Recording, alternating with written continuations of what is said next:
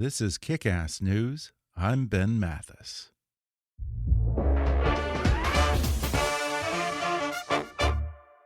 But, you know, I'm not in the Carnegie Deli with people, or I'm not hanging out at the Golden Globes, or I can't seem to be part of it. I'd love to be part of a group of people, but I've never been able to do it. Even in late night, I couldn't fucking do it. And there's only about 10 people that do late night television. I like James Corden. Just the irony kind of struck me is that I was in that job for 10 years and I constantly worried about my weight and my accent. And then when I quit, they put in a fat guy with a worse accent than me. That was a clip from Hobo Fabulous, a new stand-up docuseries from Comedy Dynamics that takes an inside look at Emmy and Peabody Award-winning comedian Craig Ferguson as he tackles the ups and downs of time on the road, discusses his life and career, and performs his act from the Hobo Fabulous tour.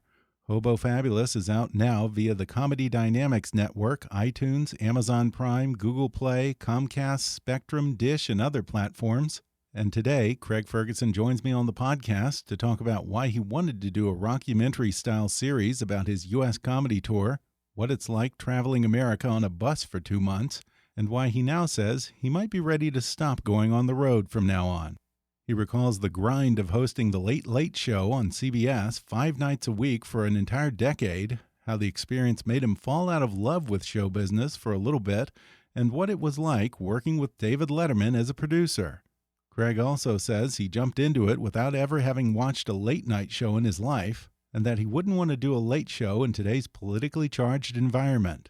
We also discuss his decision to become a U.S. citizen more than 10 years ago, the one state in America that won't grant him honorary citizenship, and why he's still paying taxes in the U.S. even though he's living these days in Scotland. Plus, we talk about Groundskeeper Willie from The Simpsons, the Scottish version of The Odd Couple, and Craig's breakout role as a character named Bing Hitler. Coming up with Craig Ferguson in just a moment.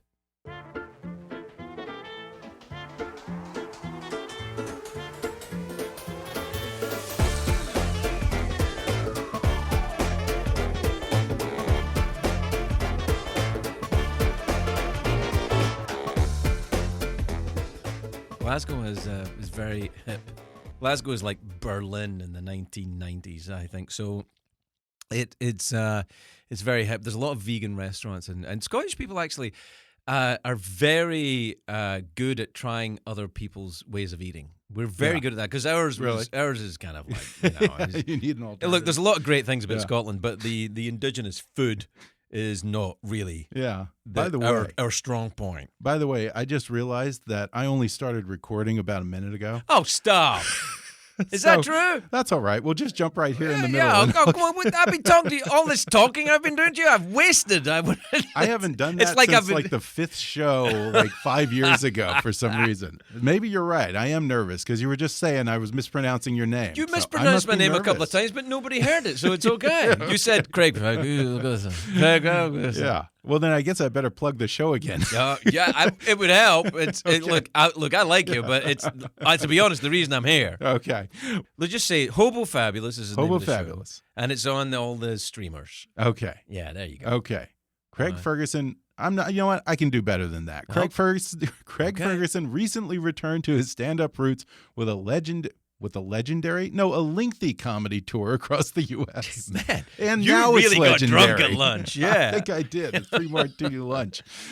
And he brought a camera crew to record the experience for a new stand-up docuseries called Hobo Fabulous that is now available on Comedy Dynamics Network.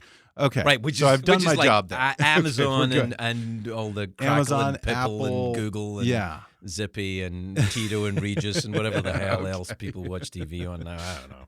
Now, you're from Glasgow, is that right? I am from Glasgow, originally? as you say. Yeah, well, I was born in Glasgow in Springburn Hospital in 1962, which is in the northeast of Glasgow.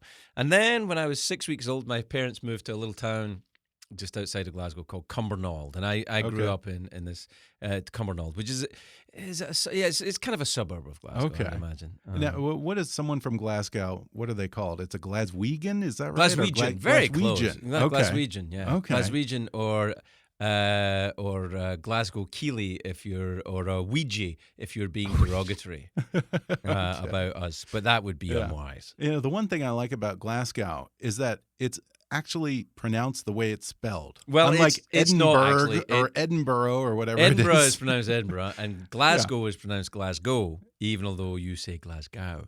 It is spelled Glasgow. Okay. But it's pronounced Glasgow. What is it? Well, with actually, that? if you're from Glasgow, it's pronounced Glasgow. So was that some like ancient Scottish trick to fool Vikings or something? I feel like there must be some history to like the pronunciation of things. I don't know. Look, I don't know much about the Vikings. I'm not a historian, but I don't think they ever turned up at a country and said, "You know what, friends? We can't pronounce any of the names. Let's go and pillage and murder someone else." Yeah. And they also talked like Dracula. This is Edinburgh. We Shit. were looking for Edinburgh. Yeah. No, this is a completely different place. Also, we talked like Dracula. Yeah. Nobody knew that the Vikings all talk like Dracula. Yeah, I think I figured it out though.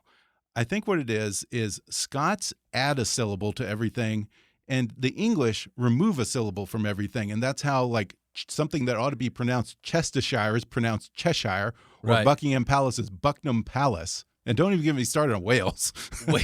Wales is it's a tricky language, the Welsh.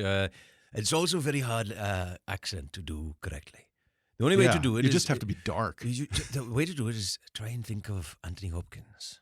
Is he Welsh? Yes. Oh, I didn't know Of course that. he is, I thought he was English. No, I think he'd be very offended if you said that. Yeah, I imagine so. I'd be very offended. Now you live in Scotland again. Now I do. Back, I live in right? I live in Scotland again. I'm living there right now. I'm still an American though. Yeah, that's interesting. It's weird. Because I've tried to explain to the IRS that now that I live in Scotland, maybe I shouldn't have to pay taxes in America. But they said no. When you became a citizen, that's kind of the deal. And I'm like, oh, okay. So no, I'm an American living abroad in the country that I'm from. That is bizarre. How did you come to that decision? I don't know. I married an American, and then she wanted to go and live in Scotland. Oh, really? Well, that was partly her? Oh, it was all her, mostly. No kidding. It wasn't all her, but it was very much driven, like most things in our life, it was driven by Megan's insistence. Okay. You're married, right? Yeah, I get it. I totally get it. Yeah, he's like, let's go over there. Yeah. Okay. Yeah, I'm totally fine. She always has better ideas than I have anyway. Yeah. So I'm like, okay, let's do that then. You're good at thinking up things. Let's do that. And now I read that you live in, I think, the first non-fortified country home in Scotland. Is that right? Yeah, I do. What does that mean? Well, it was built at a time when people thought, look, it's 1681. There aren't going to be any more wars now. We don't have to build castles anymore. Let's build a nice big house. And, then apparently there were some wars after that. It didn't work out so well. Well, things happen. Now, when you choose to buy a non-fortified country home, do you then have to double down on home security and surveillance cameras and that kind of thing? Yeah, or what? boat, troll, all that kind of stuff. Dogs, a lot of dogs. Hounds, really, I suppose. After about 50, it's hounds. Release the hounds. I like one of the reasons why I love the house is it was never a prison. It was never a military installation. It was never a, it was never a garrison for soldiers. It doesn't have a dungeon. Okay. Well, the thing is, it has or cellars. does now. Yeah. Oh, you mean the gym? Yeah. No, it has a bit of sort of a dungeon, but I think it's not really a dungeon. It was more a sort of cooling off space. Yeah, wine cellar. Yeah, naughty step. It's the naughty step. Yeah. You'll have to go and sit in the naughty step for your treasonous, seditious behaviour. How long have you been an American citizen now? Since 2008. Oh, okay. So this is like this is your anniversary, sort of. 11 years. 11 this year. Wow. Yeah. Huh. I mean, I've been living here. I've been, to all intents and purposes, an American since 1995. Okay. With the green card and all that kind of stuff. But taking advantage of the system. I don't know. I've been paying tax since 1995, and I feel I feel like if you all right, then we're all cool. Yeah, I think if you live here and you pay tax, that's okay. And if you don't pay tax, then they'll put you in jail. Yeah. Now, I remember on the show when it was a big deal when you got your citizenship. Oh, yeah, on the old late night show for sure. Yeah. And what you also, I think you had this thing where you were going and getting state citizenship or becoming an honorary citizen of various states. Well, in the US. I thought I could cut through the red tape by becoming an honorary citizen of every state in the Union. Oh, there you go. And then I would just be a citizen of the United States. But unfortunately, I was let down by Oregon. Oh, really? Yeah. The mayor of Portland, I believe, objected. So Oregon let me down. That is not one of the states that I would have imagined. I know. Everyone else is fine. I'm actually still a fully paid up member of the Nebraskan Navy, which is a real thing. Do they actually have a boat? I don't think they have a boat, but they have a list of people who are members of the Nebraskan Navy, and I'm one of them. It was just some fun that we were having on the show, and it caught fire a little bit because I think it was about 2007, 2008. It was just at the end of the Bush-Cheney administration, and people were a bit down. Yeah. Now, how many states are you? So There's 50. No.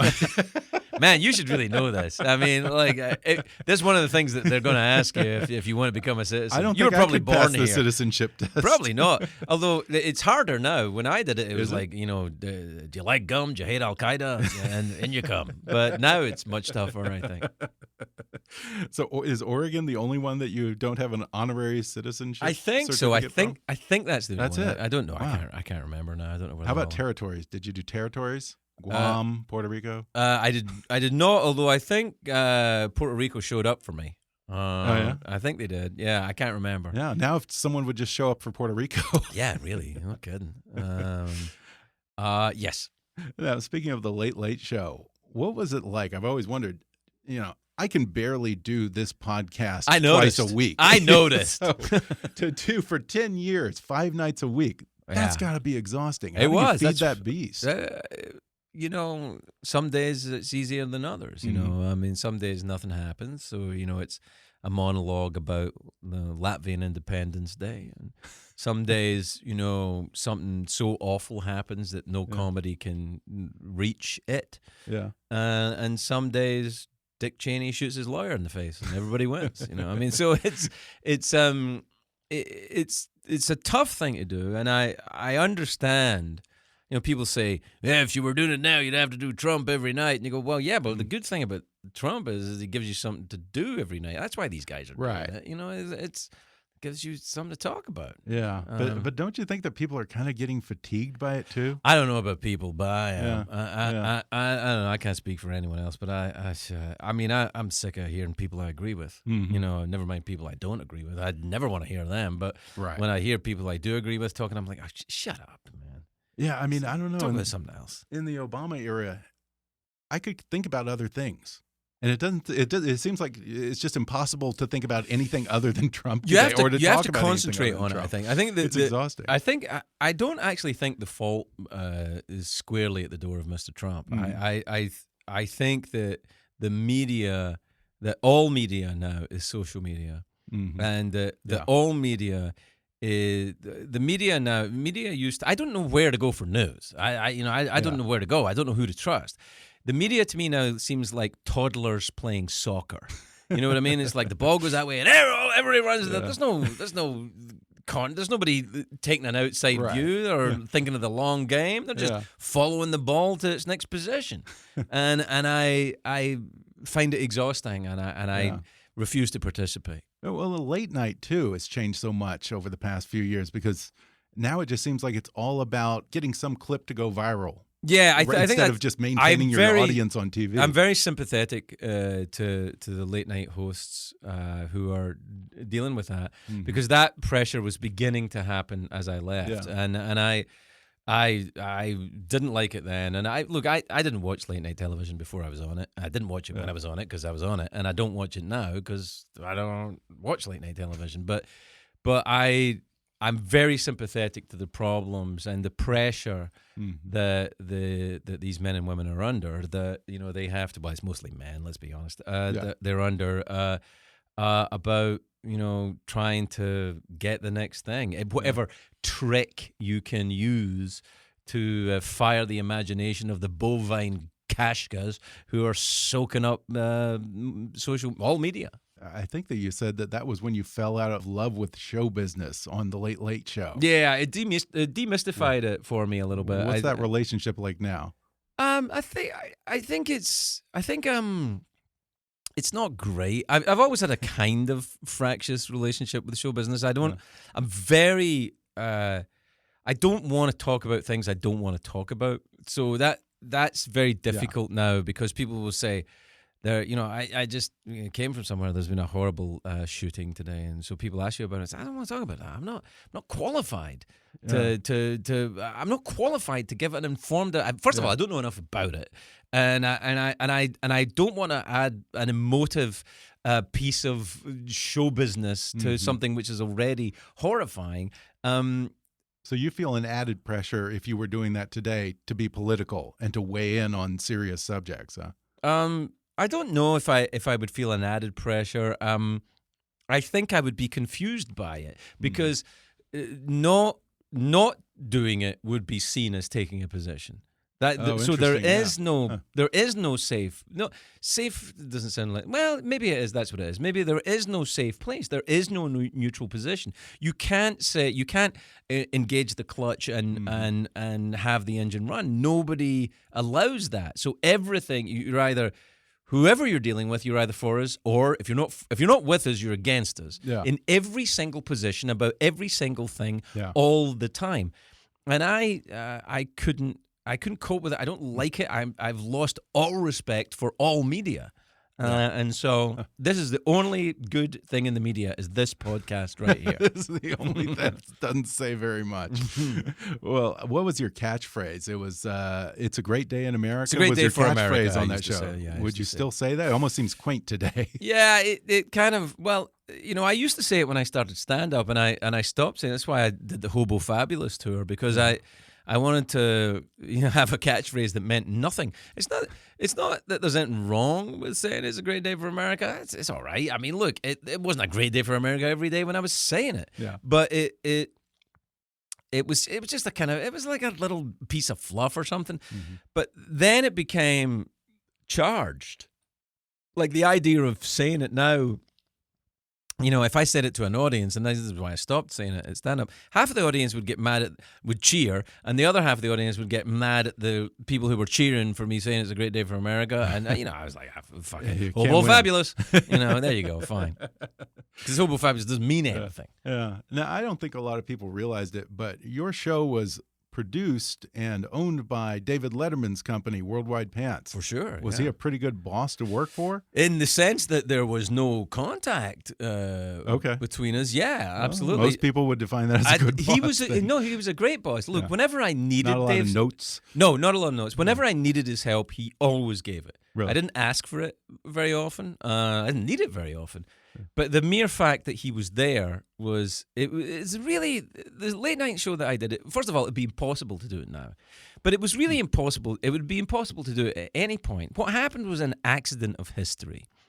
During the late night wars at the end of Johnny Carson's tenure of The Tonight Show, CBS were so desperate to get Dave to go there to create a franchise that they gave him 2 hours of real estate in the network. That was the deal. Yeah. Dave owned the time period. If you know anything about television, that just doesn't exist. Yeah. So he owned that time period, which meant as long as Dave was on the air and I didn't piss Dave off, I was kind of bulletproof. So I made a point of not pissing Dave off as much as I could, and which it's pretty easy because Dave he wasn't paying much attention to me. He had his own show to do. Right. So. But still, having that kind of mafia protector over you at CBS is pretty nice. A little bit, because it's not a natural marriage, me and a corporation like CBS. Right. It would never have survived without Letterman. So if you hated me in the late night show, it's David Letterman's fault. If you liked me on the late night show, it's me. Yeah. I mean, that's kind of cool to hear because I always heard that when Letterman had his show after Carson, Late Night with David Letterman? Yeah. That Carson owned his show, and Carson would kind of have veto power on which guests he could get. And, you know, if he had a guest on Johnny Carson, he didn't want him going on Letterman and that kind of thing. So yeah, I think that Dave wasn't like that with me at all. He was whenever I asked for his help, he always gave it. So but I didn't ask for it much. Didn't have to. Yeah. Now, speaking of Carson, what was Tom Lassally like? Tom Lassally, the guy Peter who worked... Lassally. Peter Tom's his Lassally. son. Yeah. Batting 1,000 a day. Peter Lassally, who had been on the Carson show since like the 70s, I think. He was the producer. The only reason there, right? I was able to survive in late night, and the only way I could do anything was because of Peter. Peter gave me the job in the sense that when I auditioned for it, he championed me in the job. He tutored me and nurtured me through it. He taught me everything I know about that kind of thing, and he was and is a gentleman and was delightful. Yeah, and he's still with us, right? He's one of the few old school Carson guys who are still around. Yeah, he's not working anymore. Yeah, but he must have had some stories, I bet. Yeah, you'd have to ask him about that. But he doesn't do interviews, apparently. I know a bunch of people who have tried, and he won't talk. No, Peter has never been comfortable being in the spotlight. I think it's one of the reasons why he became so successful as a producer. He does not need to feed his ego with visibility, which as I get older, I admire it more and more and more, and I aspire to it for myself. This may be the last round of interviews I ever give for anything. That would be very sad if this was your last interview. Yeah, no, because you're like, it's really bad. Craig, his last interview. I don't know if his last interview, this particular one, but this round of publicity that I'm doing right now for the Hobo Fabulous thing, I think after that, I'll stop. Yeah. You know, the difficulty is I'm doing a game show for ABC next week, and they're very nice people, and they're paying me good money, and it's a good job, and it's a good show, and I'm proud of it. And they will at some point come to me and say, we want to do publicity for this. And so I suppose I'll have to do it for that. But it's I don't enjoy it. I really don't. Just must love you.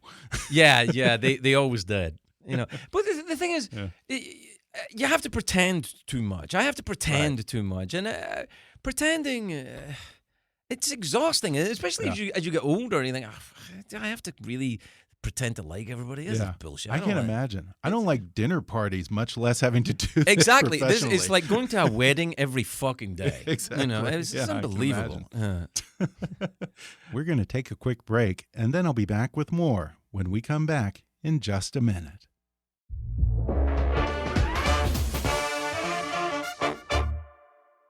For over 15 years, Oris has been making purely mechanical watches in Holstein, Switzerland. Staying true to a rich heritage, Oris is one of the few Swiss watch companies to remain independently owned and operated. Because of that independence, Oris has the freedom to follow its own path. They're focused on bringing change for the better, which means making choices that are ecologically, socially, and financially responsible. That includes ocean conservation and recycled plastic partnerships.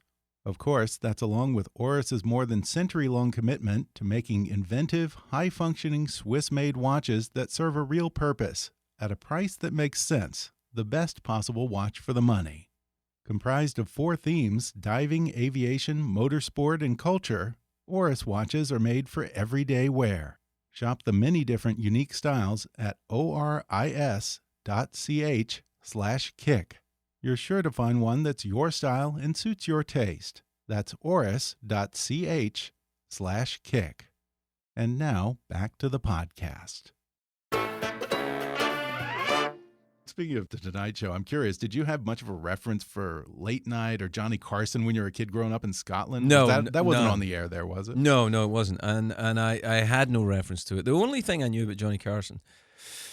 I mean, obviously, I was aware of him. He's a huge star all over the world. But when I was 13, I came to America with my father to visit my Uncle James, who lived in Long Island. And my father and my Uncle James and my Aunt Susan would watch Johnny Carson at night, and they would laugh and enjoy it. And so I was aware that they liked it. And when I was in the 3 weeks, I think I was 3 weeks into working in late night when Johnny died. And I didn't know what to do, and I went to Peter, I said, Peter, I have no idea what to do. I have no reference to Johnny, and I don't want to be fake about it, but I really have no connection. And he said, do you have any point of reference to him at all that's personal? And I said, and I told him the story I've just told you about my dad and my Uncle James. And he said, well, do that. Huh. Tell that story. And I did. I told that story, and that worked. And Peter was always very wise about that. I mean, he taught me a lot about. He would always say, make it personal is always better. And he always said, and he's 100% right, there's always another joke. Mm-hmm. If a joke's going to cause trouble, is it really worth it? Is it really worth it? And the answer is always, nah. Yeah. There's another joke tomorrow. If you're doing a show every day, there's always another joke. It's no big deal. Make it personal. That's pretty good. And you did a good job of that, I have to say. Well, I mean, as late night shows go, you were pretty good about having a natural rapport and I was talking lucky about your life and that kind of thing. I was very lucky because I had no point of reference, so I didn't know how it was done. I didn't know how it was done properly or at all. But by a weird confluence of events, which will never happen again, I had Peter Lassally, and I had David Letterman, and I had the protection and the nurture of two giants. And Les Moonves. Let's not forget him. Let's forget him. He's doing well these days. Let's just forget him. Okay. So then if not Johnny Carson, I'm curious, who would have been your comedy influences when you were young? Were they Brits or were they Americans? Well, comedy influences were from different sources. I mean, one of the most kind of profound influences on me as a young person was Billy Connolly, who's a Scottish comedian. Oh, yeah. And Billy was like, for people of my socioeconomic group, Billy was Jackie Robinson. I mean, before Billy, there was nothing really. At least I didn't think so. Right. As I look back on it now, I think that's probably not true. There were many Scottish entertainers who did very well down through the years. But I wasn't aware of them, but I was aware of Billy. Well, yeah, he broke into the mainstream. He had a pretty popular sitcom on American TV. Right. Well, in the UK, Billy is a huge star and remains so. Yeah. And he packs out huge houses, and he's Sir Billy now, and he's he's a national treasure. He writes a book every 10 minutes, and it becomes a bestseller. I didn't know he had a knighthood. Yeah, he became a knight. Yeah. Are you interested in that? No, not in the least. That is the opposite of what I believe. But that's not to say that I think Billy's wrong. It's just not. It's not a system that I endorse. Oh, really? Were you for Scottish independence then, or not to get it all political or all? No, here's the truth about this. No, if I give you any opinion here about that, it'll hit the press in Scotland, and I don't need that shit in my life. So what I'll say is, it's there's arguments on both sides. Blah blah. Now you took a somewhat circuitous route to comedy, right? Yeah. You were doing factory work and. I've had a circuitous route to everything in my life. I think so. I think that I don't know what happened to me when I was a kid. Something not good was going on when I was a kid, and I don't know if that was real or in my head. But were you rebellious or nihilistic? Yeah, but I was frightened more than anything. I mean, I like to dress it up that I was. I was rebellious and crazy and a punk rocker and stuff, and it looked like that from the outside. But the truth is, all I remember is just being terrified nearly all the time. I was terrified. I was terrified in fights. I was terrified. The only time I didn't feel terrified is when I was drunk. And that's I don't know. I don't think it's important to me anyway how that happened, but that is my reality. And now as I look back on it, Look, my life is my fault. What happened in my life is me. I made We can blame someone else or parents or whatever. Oh God, these people did this to me, and those assholes did that to me, and that's it might be true, but it doesn't fucking help. Yeah. It doesn't help me personally. Mm-hmm. And I think for some reason that for some people that may be essential. For me, it's not. Yeah. I don't get anything from it. Then what was your big break in the UK as a comedian? I don't know if I've had one. You haven't had one yet? Yeah. I'm still waiting. What I did was I did a character. During the punk rock, I did a character who was a kind of like Scottish, super Scottish thing. It was a very kind of localized character. But I gave him the name Bing, as in Crosby, and Hitler, as in... so the character's name was Bing Hitler, which caused a bit of noise at the time. And it was a good act. I mean, it was very, very local, but it was good. Yeah. And I was a kid, and I was crazy, and I was drunk. But I was funny. Yeah. And it's funny that taxi drivers over 50 in Glasgow still talk about that. Still remember it? Yeah, oh yeah. Do you remember it? Can you give us a little bit of Bing Hitler? Well, What was the act? It was a guy, he kind of talked like this, which is a regional dialect in Scotland. And he would talk like this, and he would always talk about things that he hated. And he hated the oddest things. I mean, he hated the English, but he hated bees and whales and mice and stuff. I mean, it was such a stupid thing. But it was my way in, I suppose. It was a character and a comedy name and a comedy a comedy voice and a comedy outfit, and that all helped. Was he an actual Nazi? No, on the contrary. I think Or was I he never abusive mentioned like Bing Crosby? No, I never mentioned other than he would say, my name is Bing Hitler, and then he would never talk about either Bing or Hitler. That's great.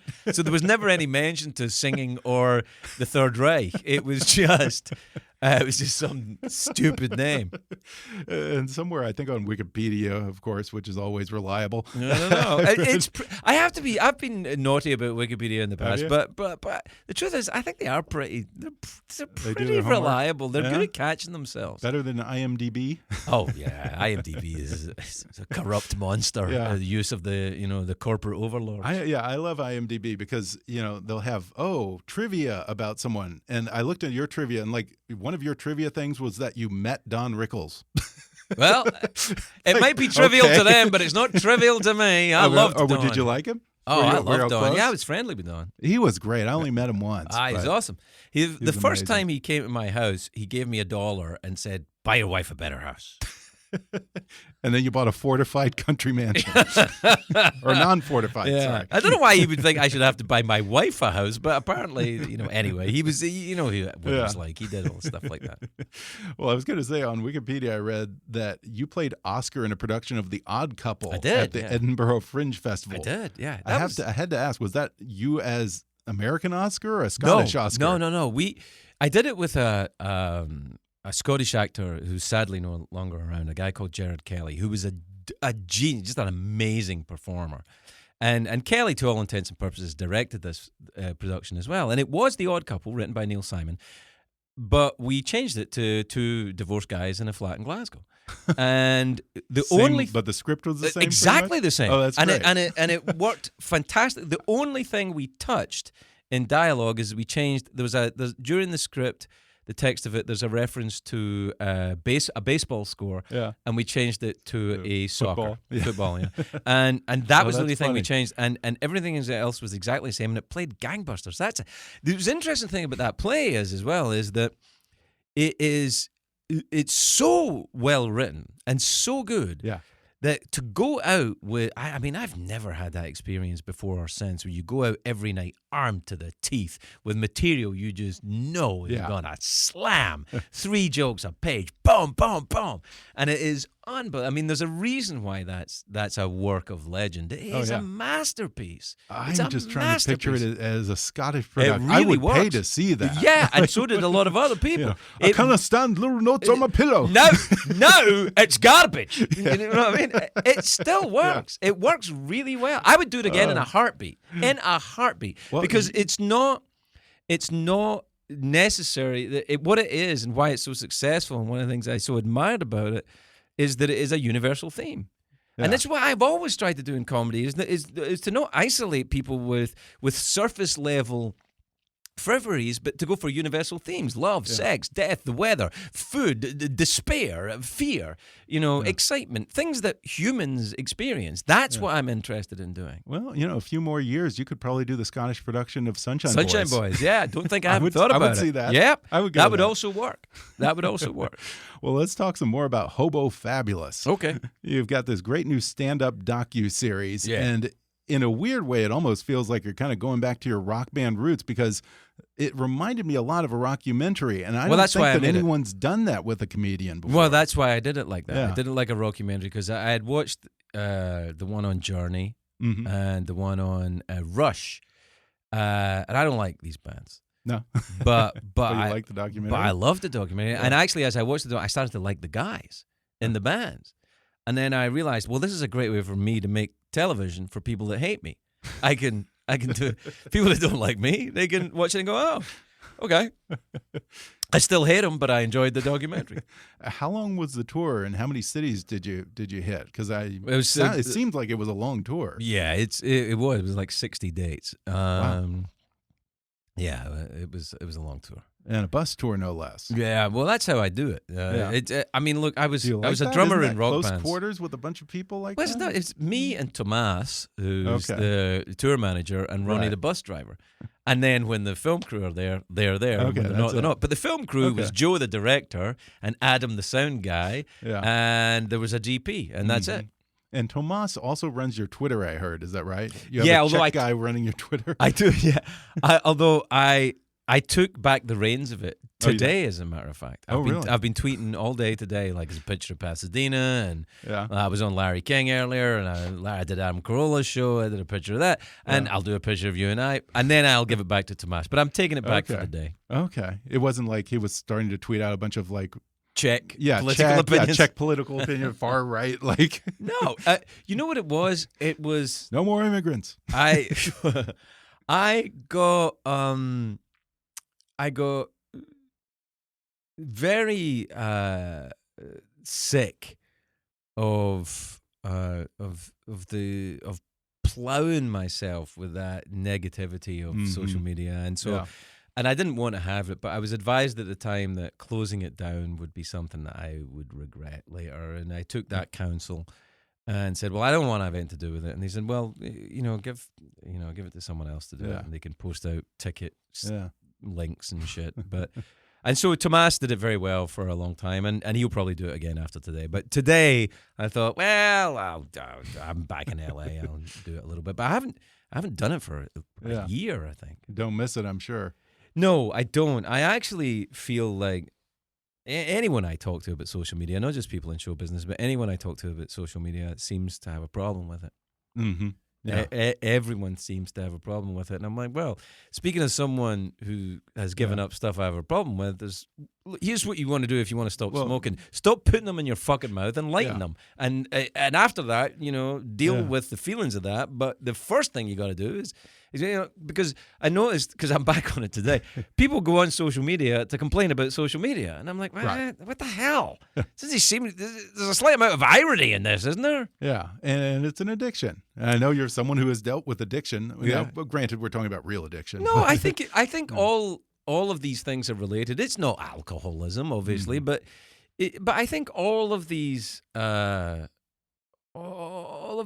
of weird compulsive behaviors are all related in some way. Yeah. I mean, it's not a T-Rex, the T-Rex of alcoholism, but it is the annoying gecko of social media. They share a similar DNA, I'm assuming this was like an hour-long set that you were doing on hour the tour. And a half, nearly 2 hours, really, wow. I think. Yeah, most nights. When you're building that, do you work that material in Scotland, or do you have to come over to the U.S. first? No, I work exclusively in America. I did one day in Scotland this year at the Edinburgh Festival because I hadn't done it in 20-something years, and I thought, I'll give it a go. And I did, and it was fine. I did one night and did a show, and it was great, and that was it. And I don't feel the need to do it again. My professional life, my artistic life, seems to be in America. First of all, you're doing that 60-day tour. Then do you have to, or before that, do you have to then do weeks or even months working on the material in the U.S.? And well, what happens is the way the system that I've used for a number of years now is that Joe Bolter, who directed Hobo Fabulous and was the front end of the horse in Late Night, that's how he got started. Joe and I will write a bunch of stuff down. And then I will go to a club called the Comedy Works in Denver and do 2 shows a night for a week. Okay. And figure out what the show is from that. Okay. And then at the end of the week at the Comedy Works, it is what it is. Really? And the audience that comes to see me at the Comedy Works, because I've been doing that system now for about 10 years or more, they know what we're getting into, and that really helps. That's a tight schedule, though, to be Yeah, able I to think hone that in that space of time. Well, it's boot camp, and I must get used to the idea of talking it in the past tense because I'm not going to do it again. Yeah, you say that on the show several times that you're kind of sick of touring and you don't think you're going to do it anymore. I'm sick of hearing me. I mean, it's funny that, which is weird, the irony of talking about it to you about how much but the truth is, see, there used to be a time when you could tune out, I guess, other people's opinions, but now you can't, and they're everywhere, and I don't want to participate in everyone's also, I've said everything I want to say. I'm fucking done. So I feel like, I can do a game show for ABC because it doesn't require me to give opinions. Okay. And I can do. There are some things I want to do. There's an independent film that I'm going to direct next year, and I want to do that, and I like the challenge of that. And I'm much less interested in visibility than I was even a year ago, and certainly much less interested than I was 20 years ago. I don't care to be famous. It's too unpleasant. Is the thing with giving opinions that there's just the potential for so much blowback right now, or what is it? I think a little of that. I don't mind that so much because, if you're going to give your opinion, then you invite someone else to give their opinion. Sure. I mean, by the very nature of it. So I don't really mind that so much. I'm not one of these kind of, everyone gets offended too easily. I say that in the act, but I actually don't really believe that. I think, really? Yeah, I think it's okay. I think it's okay for people to get offended and say what that's all comedians are doing. Just exercising their right to say what pisses them off. That's true. But what it does do, what's more or what's less attractive for me in the world of show business now, that it does not sing to me. I just find myself irritated by my presence in it. Yeah, I guess you say that you're not that worried about people getting offended, but one thing that you do talk about in the act is those social justice warriors who get offended on behalf of other people. Yeah. And it's so true. Those people who have no skin in the game, you know, want to rip someone apart just to signal that they're an empathetic person somehow. Well, yeah, I don't know that, complaining about these people it has comedic value for me. Right. But the truth is, there's one way to avoid them is just not engage. Yeah. And that's the choice that I've made, and right up until today when I took the Twitter password back from Tomas. But I can guarantee you before midnight tonight, it goes back to Tomas and I'll no longer be part of it. Yeah, you think so? Yeah, I'm already sick of it. I tweeted a picture of Pasadena. Oh, really? Yeah, and I'm sure it's annoyed somebody. Why don't you post a picture of Santa Monica, bastard?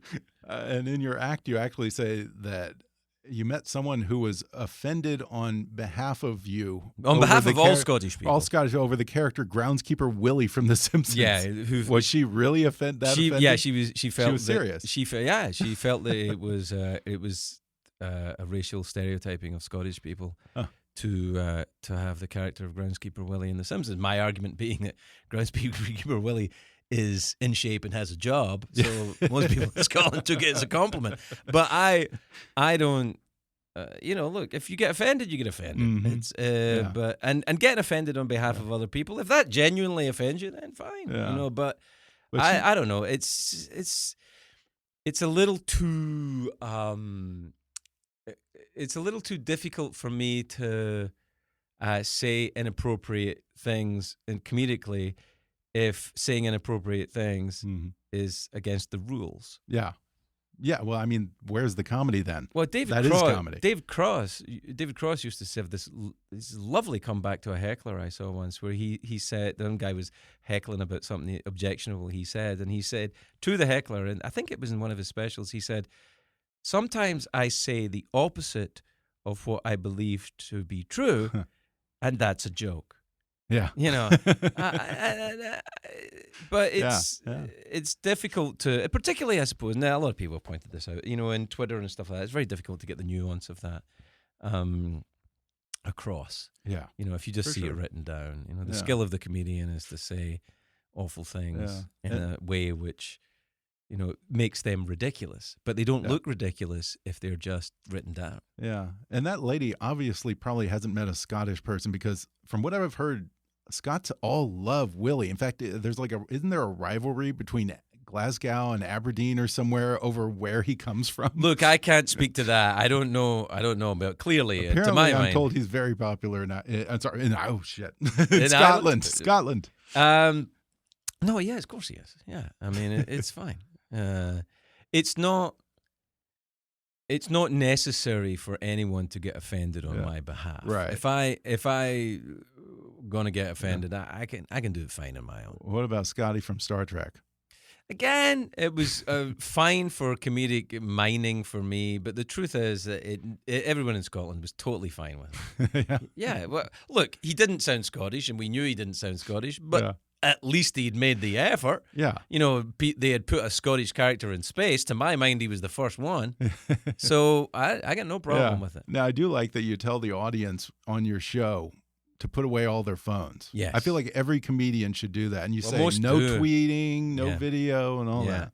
Most comics I know of actually go further. They put them in these little bags that you can't open, or they people have to hand them in and stuff. I never did. Chappelle does that. Yeah, I think Dave did do that. I think he had. Well, I mean, I can't really blame him. I mean, every time he said anything, it was like on fire everywhere. Yeah. And it just seems really perverse for someone to go and pay $100 to see a comic that they like, and then sit there with their phone waiting to play gotcha and stoke a bunch of Twitter outrage and ruin their career. Yeah, it does seem counterproductive, but I think that it also shows a profound misunderstanding of what's going on. Yeah.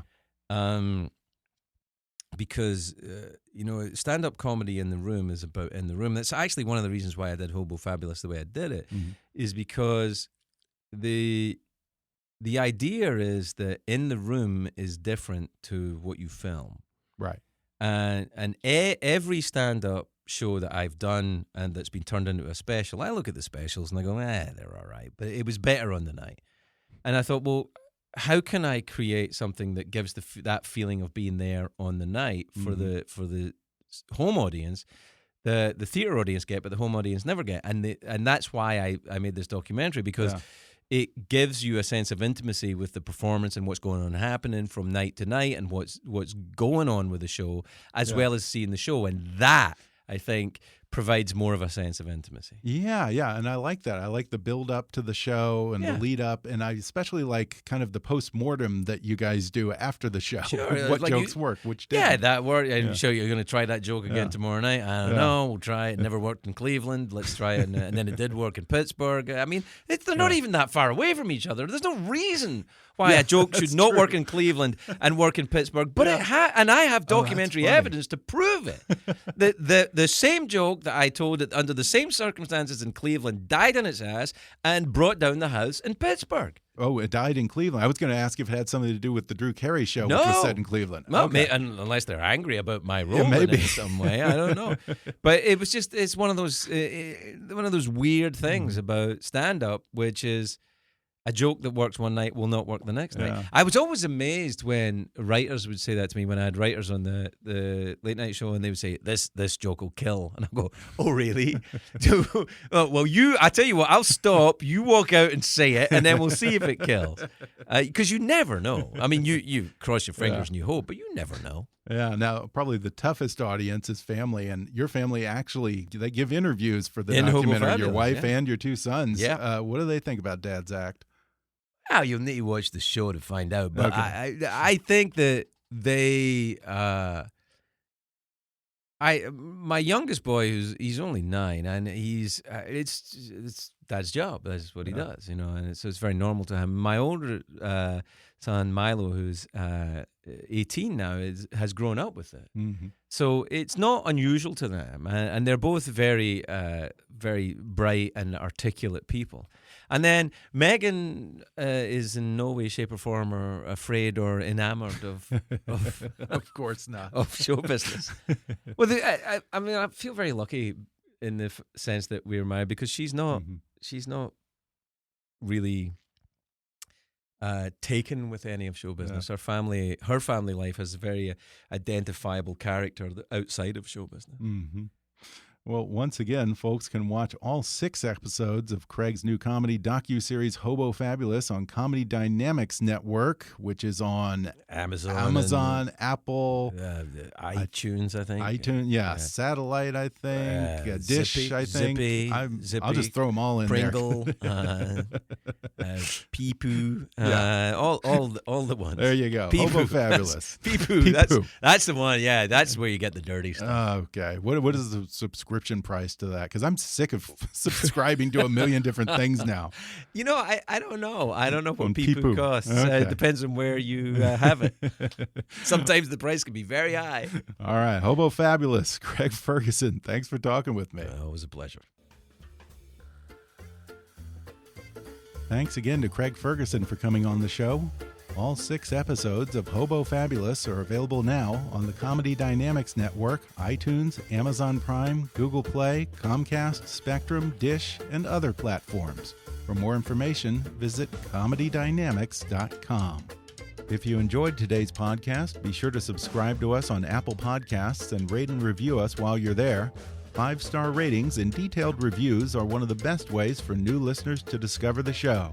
You can also follow us on Facebook or on Twitter at @KickassNewsPod and recommend us to your friends on your social media.